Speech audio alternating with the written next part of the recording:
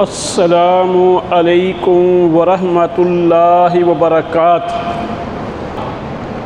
محمد صلی اللہ علیہ وسلم تم میں سے مردوں کے کسی کے باپ نہیں ہیں، اور وہ اللہ کے رسول ہیں اور نبیوں کے ختم کرنے والے ہیں۔ وَكَانَ اللَّهُ بِكُلِّ شَيْءٍ عَلِيمًا، اور اللہ کو ہر چیز کا علم ہے۔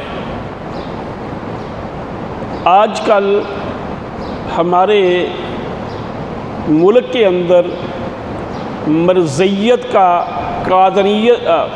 قادیانیوں کا تذکرہ، شور شرابہ، اور گورنمنٹ کے حلقوں میں ان کو اہمیت دینے کے بارے میں بہت کچھ کہا جا رہا یا ہو رہا ہے۔ اب رہی بات کہ رمضان کی اس بابرکت گھڑیوں میں، اس قیمتی وقت میں اگر ہم اپنی انرجی، اپنا ٹائم ایسی باتوں پہ ضائع کریں جو کریٹو نہ ہوں، جو زیادہ مفید نہ ہوں، تو یہ بھی ہماری کم فہمی ہے۔ لیکن جو فتنے ہوں ان کا تذکرہ نہ کرنا، کیونکہ قرآن نے کہا جو فتنہ جو ہے یہ قتل سے بھی بدتر ہے، قتل سے بھی سخت ہے، تو یہ بھی بہت ضروری ہوتا ہے۔ لیکن علامہ اقبال نے بہت دیر پہلے یہ بات کہی تھی کہ مولوی یا علماء مرزا قادیانی سے مناظرے کر رہے ہیں، گفتگو کر رہے ہیں اس کو جھوٹا ثابت کرنے کے لیے۔ انہوں نے کہا کہ اس کے جھوٹا ہونے کے لیے ایک ہی دلیل، ایک ہی بات کافی ہے کہ جتنے بھی نبی آئے ان کی باطل سے ٹکر تھی، ان کی کفر اور شرک سے ٹکر تھی۔ لیکن یہ واحد بندہ ہے، یہ اپنے آپ کو نبی بھی کہتا ہے اور اس کی وہی لوگ سپورٹ کر رہے ہیں جن کو یہ خود بھی باطل کہتا ہے اور دنیا کی نگاہ میں بھی باطل ہے۔ اس کو سپورٹ کرنے والے کون ہیں؟ جو کفر کے سردار ہیں، اور کفر کے سرداروں نے انبیاء کی مخالفت کی ہے، تو اس کے لیے تو اتنا ہی کافی تھا۔ لیکن آج ہم اس انداز میں بات رکھیں گے کہ ہمیں ڈبل فائدہ ہو۔ پہلی بات ہے کہ کسی چیز کی ضرورت کیوں پڑتی ہے؟ کسی چیز کی ضرورت اس لیے پڑتی ہے جب پہلی چیز سے کوئی اعلیٰ چیز مل رہی ہو، جب پہلی چیز آپ کی ضروریات پوری نہ کر سکے، جب پہلی چیز کہیں کسی حد تک نکارہ ہو جائے۔ اب کیا اللہ کا کلام، اللہ کا قرآن اور نبی مکرم صلی اللہ علیہ وسلم کے فرامین آج کے دور میں ہماری رہنمائی نہیں کرتے؟ آج کے موجودہ حالات کے اندر وہ فٹ نہیں، بلکہ جوں سائنس، ٹیکنالوجی ترقی کر رہی ہے، قرآن و حدیث کی اہمیت، تعلیمات نبوی حضرت محمد رسول صلی اللہ علیہ وسلم کی تعلیمات، آپ کے طریقوں کی اہمیت، افادیت پہلے سے بڑھ کے ہمارے سامنے آ رہی ہے۔ ٹوکیو، جاپان کے اندر institute of technology and innovation ایک ادارہ ہے، اس کے ایک بایولوجسٹ ڈاکٹر ہیں جنہیں 2016 میں نوبل انعام ملا تھا۔ اب نوبل انعام انہیں کس بات پہ ملا تھا؟ یہ جو آپ روزے رکھتے ہو، آٹوفیزی ایک ٹرم چلتی ہے، اس پہ اس نے ریسرچ کی تھی۔ آٹو کے معنی خود، یعنی جسم ہی، تو ہمارے جسم کے اندر جو ناکارہ، بیکار سیل ہیں ان کو کھا جائے، اور بلکہ سادہ زبان میں جیسے کمپیوٹر کے اندر، کسی موبائل کے اندر آپ ریسیٹ مارتے ہو کہ اس کو فریش کرنے کے لیے، یا سی کلینر آپ نے استعمال کیے ہوتے ہیں کہ اس کے اندر سے جو بیکار قسم کی چیزیں ہیں جو وائرسز آ گئے ہیں ان کو کلین کر دیں، تو وہ کہتا ہے کہ یہ بھوک رکھ کے کھانا اور کچھ ٹائم پیریڈ کے لیے کھانا اور کچھ مخصوص ٹائم کے لیے کھانا، یہ ہمارے جسم کے اندر وہ پہلے والی چیزیں دوبارہ بحال کر دیتا ہے۔ مثلا روزہ ہم صبح سحری ٹائم رکھتے ہیں، کئی گھنٹے کے انتظار کے بعد افطار کرتے ہیں اور لگاتار 1 مہینے تک رکھتے ہیں، تو کینسر کے حوالے میں سے، یعنی کینسر کا علاج نہیں اس نے ڈھونڈا، کینسر سے بچاؤ کی جو تدابیر اس نے بتائی ہیں، وہ تدابیر بتانے کی بنا پہ اس کو دنیا کا سب سے بڑا پرائز جسے نوبل انعام میں کہتے ہیں وہ ملا ہے۔ اور اس میں اور بھی کئی لوگوں نے ریسرچ کی ہے، وہ کہتا ہے کہ یہ نیوٹریشن یہ بعد کی بات ہے، لیکن فاسٹنگ، روزہ، یہ اس کے لیے سب سے زیادہ فٹ ہے۔ اب یہ بات تو میں نے آپ کے سامنے رکھ دی، اور ایک آج کے کرونا کے حوالے سے اور اسی روزے سے سن لیں، وہ کہتا ہے جسم میں قوت مدافعت بڑھتی ہے، یعنی وہ جو نکارہ، بیکار، زہریلے، پوائزن زدہ سیل ہیں وہ ختم ہو جاتے ہیں اور جسم کے اندر صحت مند تندرست سیل پیدا ہوتے ہیں، جسم کے اندر قوت مدافعت بڑھتی ہے، یہ وہ روزے کا فائدہ کہتے ہیں۔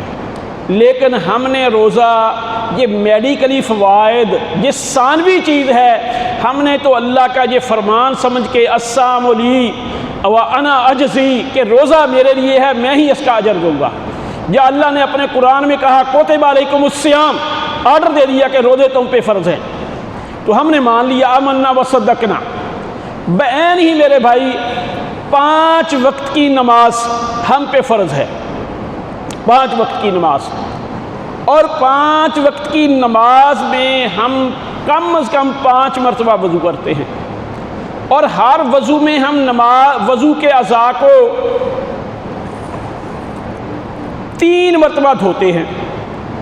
اب یہ ہر بار بار ہاتھ دھوئیں، 20 سیکنڈ تک دھوئیں، یہ جو لوگ کہتے ہیں، کبھی انہوں نے ہاتھوں اور چہرے، کہتے کہاں سے وائرس ہاتھوں کو لگتا ہے، منہ میں جاتا ہے، آنکھوں میں جاتا ہے، کیا ہم منہ، ہاتھ، آنکھیں یہ 3 دفعہ 5 دفعہ دن میں اور ہر دفعہ میں یعنی 3 مرتبہ، یہ تو کم از کم ہیں، دھوتے ہیں یا نہیں دھوتے؟ ایسے ہی نبی مکرم صلی اللہ علیہ وسلم کا فرمان ہے کہ صبح اٹھ کے تم اپنا ہاتھ کسی برتن میں، کسی کھانے پینے والی چیز میں کہیں نہ لگاؤ جب تک ہاتھوں کو 3 مرتبہ نہ دھو لو۔ اور ایسے ہی آپ نے فرمایا کہ اپنی ناک کو 3 دفعہ پانی ڈال کے جھاڑ لو، کیونکہ شیطان وہاں پہ رات گزارتا ہے اور آپ کے ناک کے اندر وائرسز اور یہ بیکٹیریا یہ پرورش پاتے ہیں، جب آپ صاف کر لیں گے یہ صاف ہو جائے گی۔ تو یعنی جو دنیا آج کہتی ہے، کسی نے یہ بھی کہا ہے کہ اپنا پیٹ 3 دفعہ دھو، کسی ڈاکٹر نے کہا کہ فلاں صحت کے لیے مفید ہے، اپنی کمر 3 مرتبہ دھو، یعنی اگر کہا گیا ہے کہ شوگر کا مریض اپنی پاؤں کی انگلیوں کا خلال کرے، اپنی پاؤں کی انگلیوں کا معائنہ کرے، کیونکہ یہ شوگر کا جہاں پہ حملہ ہو سکتا ہے اور جو بہت نقصان دہ ہے، آپ کا پاؤں یا ٹانگ کاٹنی پڑے گی۔ کیا جو 5 مرتبہ وضو کرتا ہے اور وضو میں انگلیوں کا خلال کرتا ہے، کیا اس نے آنکھیں بند کی ہوتی ہیں؟ یعنی جب امام الانبیاء حضرت محمد رسول اللہ صلی اللہ علیہ وسلم کی تعلیمات پرفیکٹ ہیں اور جو سائنس ترقی کر رہی ہے، ان کی افادیت سامنے آ رہی ہے، تو پھر میرے بھائی ابھی لائف سٹائل کے بارے سے بات ہو رہی تھی، صبح بھی کچھ ریسرچر ٹی وی پہ بیٹھے تھے، وہ کہہ رہے تھے کہ لوگوں کو یہ کرونا جلدی جائے گا نہیں، یہ کرونا کے علاوہ جراثیم ہمیشہ ہی ہوتے ہیں، یہ آپ کو اپنا دفاع جسم کا مضبوط کرنا پڑے گا۔ اس دفاع کے لیے وہ کہتے تھے کہ اپنا لائف سٹائل چینج کرو، کھانے پینے کی ہیبٹس چینج کرو، اور جو لائف سٹائل وہ بتا رہے تھے، رات کو جلدی سو، جو کھانے پینے کی عادات محمد الرسول صلی اللہ علیہ وسلم کی ہیں وہ ان کا نام نہیں لے رہے، لیکن اگر دیکھیں تو انہی کو کہہ رہے ہیں ان کو اپناؤ، اس سے جسم میں امیونٹی پیدا ہوتی ہے، قوت مدافعت پیدا ہوتی ہے۔ تو میرے بھائی جب میں نے بات کی تھی کہ نئی چیز کی ضرورت اس وقت ہوتی ہے جب پرانی ناکارہ ہو جائے، پرانی آپ کی ضروریت پوری نہ کر سکے، پرانی جو ہے نا آپ کے حالات کے تھپیڑوں کا مقابلہ نہ کر سکے۔ اگر پرانی ہی اعلیٰ ہو، پرانی ہی عرفہ ہو، اس کے مقابلے کی نہ مل سکتی ہو، نہ ملنے کی توقع ہو، تو پھر میرے بھائی ادھر ادھر دھکے کھانے کی کیا ضرورت ہے؟ یعنی کیا ضرورت ہے؟ یعنی ہم نے کسی چیز کا، ہم صرف نا جی قرآن و حدیث کا موازنہ، قرآن و حدیث کا تجزیہ، قرآن و حدیث کے حوالے سے بات صرف ہم عبادات کی حد تک سوچ کے کرتے ہیں۔ کئی دفعہ ہم نے یہ نہیں سوچا، مثلا قرآن نے ایک مثال بیان کر دی، اب وہ مثال ہر علاقے کے لیے فٹ ہے، یعنی ڈنمارک جو پولز کے قریب کنٹریز ہیں وہاں پہ بھی فٹ ہے، جو خط استوا کے قریب ہیں وہاں پہ بھی فٹ ہے، وہ پچھلے زمانوں میں بھی فٹ تھی، وہ آج کے زمانوں میں بھی فٹ ہے، انشاءاللہ وہ قیامت تک فٹ رہے گی۔ مثلا سورہ حج میں اللہ تعالیٰ فرماتے ہیں کہ جن کو یہ لوگ اللہ کے سوا پکارتے ہیں یہ سارے مل کے ایک مکھی نہیں بنا سکتے۔ آج کل تو بڑی ترقی ہو گئی ہے، کیا کسی نے مکھی بنا لی ہے؟ اور اگر یہ کھا پی رہے ہوں، ان کے کھانے سے مکھی ایک کھانے کا ذرہ اٹھا کے لے جائے، یہ اس سے واپس نہیں لے سکتے۔ اب آپ بتائیں، بڑے سے بڑا پہلوان ہو، بڑے سے بڑا ایتھلیٹ ہو، بڑے سے بڑا سائنسدان ہو، بڑے سے بڑا اسکالر ہو، بہت بڑا نیک ہو، اگر مکھی اس کے کھانے سے ایک ذرہ لے کے اڑ جائے وہ واپس لے سکتا ہے؟ اچھا، اب چلو یہ مثال انڈین لوگوں کے لیے یا عرب لوگوں کے لیے فٹ ہے، کیا یہ فرانسیسی لوگوں کے لیے فٹ نہیں؟ کیا جو ناروے، ڈنمارک، فن لینڈ میں رہتے ہیں ان کے لیے فٹ نہیں؟ کیا وہ واپس لے لیتے ہیں؟ کیا انہوں نے مکھی بنا لی ہے؟ یعنی قرآن و حدیث نہ پرانا ہوتا ہے، نہ پرانا ہوا ہے، نہ یہ آؤٹ ڈیٹڈ ہوا ہے، تو پھر ان کو مرزے کی ضرورت کہاں سے پڑ گئی؟ اب رہی بات، کئی بھائی کہتے ہیں جی چلو جی کسی کے زیادتی نہ کرو۔ دیکھیں، ہمارے ملک میں عیسائی بھی رہتے ہیں، ہمارے ملک میں سکھ بھی رہتے ہیں، ہمارے ملک میں ہندو بھی رہتے ہیں، ہم ان پہ کوئی گلا کوئی شکوہ نہ ہم تنگ کرتے ہیں۔ کیوں؟ ان کے جو ظاہر پہ لیول لگا ہوا ہے اندر بھی وہی ہے۔ مثلا یہ مسجد ہے، باہر بھی ہم نے مسجد لکھ کے لگایا ہوا ہے، اندر سینما ہو باہر کسی نے مسجد لکھا ہوا ہو، اندر سینمے والا کام چلے باہر مسجد کا نام ہو، اندر لیٹرین ہو باہر کسی نے مسجد لکھا ہوا ہو، اندر کوئی اور چیز ہو باہر کچھ اور ہو۔ تو میرے بھائی یہ لوگوں کے ساتھ دھوکہ ہے، دھوکہ نہیں۔ تو اب مرزائی ہیں، وہ سیدھے کہیں کہ ہم مرزا غلام احمد قادیانی کو مانتے ہیں، اور یہ واقعہ ہی مانتے ہیں، اور یہ سن لیں قادیانی آپ کو مسلمان نہیں مانتے، یہ شاید آپ کو غلط فہمی ہو۔ جو ہمارا پہلا وزیر خارجہ تھا سر ظفر اللہ، اس نے محمد علی جناح کا جنازہ نہیں پڑھا تھا۔ یہ میں ایک ادارے میں پروفیسر رہا ہوں، ہمارا ایک پروفیسر تھے وہاں پہ، میں نام نہیں لیتا، فیصل آباد کے اکثر لوگ جانتے ہیں، وہ مرزائی تھے، میں جانتا تھا، باقی کہیں کہ یہ نہیں مرزائی نہیں۔ اب اس نے کیا کرنا کہ کبھی وضو کرتے کرتے دیر لگا دینی، جب میں نے ایک طرف کو ظہر کی نماز میں پڑھاتا تھا، ایک طرف کو السلام علیکم ورحمۃ اللہ کہہ دینا، دوسری طرف کو کہنا السلام علیکم، اس وقت اس نے پیچھے آگے مل جانا تاکہ لوگوں کو شو کروں کہ میں مسلمان ہوں۔ انہوں نے کہا جی غفار صاحب آپ ویسے کہتے رہتے ہیں کہ یہ کب مرزائی ہے؟ اب اللہ کا کرنا ہوا، کیونکہ حدیث کے اندر ہے کہ جو بندہ اندر سے ہو اللہ اس کو ظاہر کر دیتے ہیں۔ اب کیا ہوا کہ اس کا ایکسیڈنٹ ہوا، داماد، بیٹی، خاندان کے کچھ افراد ایکسیڈنٹ میں مر گئے۔ اب جب ان کو دفن کی باری آئی، ان کی آخری رسومات کی باری آئی، تو پھر ربوا لے گئے۔ تو میرے بھائی ہم یہ نہیں کہتے، بندہ جو ہے نا اس لیے کہتے ہیں کہ کافر سے منافق بدتر ہوتا ہے۔ اللہ نے قرآن کے آغاز میں پہلی 5 آیات میں مومنوں کا ذکر کیا، پھر 2 میں منافقوں کا کیا، پھر 13 میں کافروں کے بارے میں مثالیں دے دے کے بتایا 13 منافقین کا تذکرہ کیا۔ منافق جو ہے، جو آستینوں کے سانپ یہ سب سے خطرناک ہیں، ان کا کام ہی مسلمانوں کے بارے میں سازی کرنا ہے۔ تو پھر مردے کی یہ کتابیں پہلے علیحدہ تھی، اب انہوں نے روحانی خزائن کے نام سے 23 جلدوں میں ان کو شائع کر دیا ہے۔ تو میں نے چونکہ MSc بھی ربوہ سے کی ہے، میرے پاس الحمدللہ ساری ہیں، آج کل عام تو نہیں ملتی لیکن نیٹ سے ڈاؤن لوڈ ہو جاتی ہیں۔ اگر ان میں ایسی ایسی چیزیں ہیں کہ میں نہیں بیان کر سکتا، عیسیٰ علیہ السلام کی شان میں جو اس نے لکھا ہے، جو بکواس کی ہے، میں اس منبر پہ کھڑا ہو کے بیان نہیں کر سکتا۔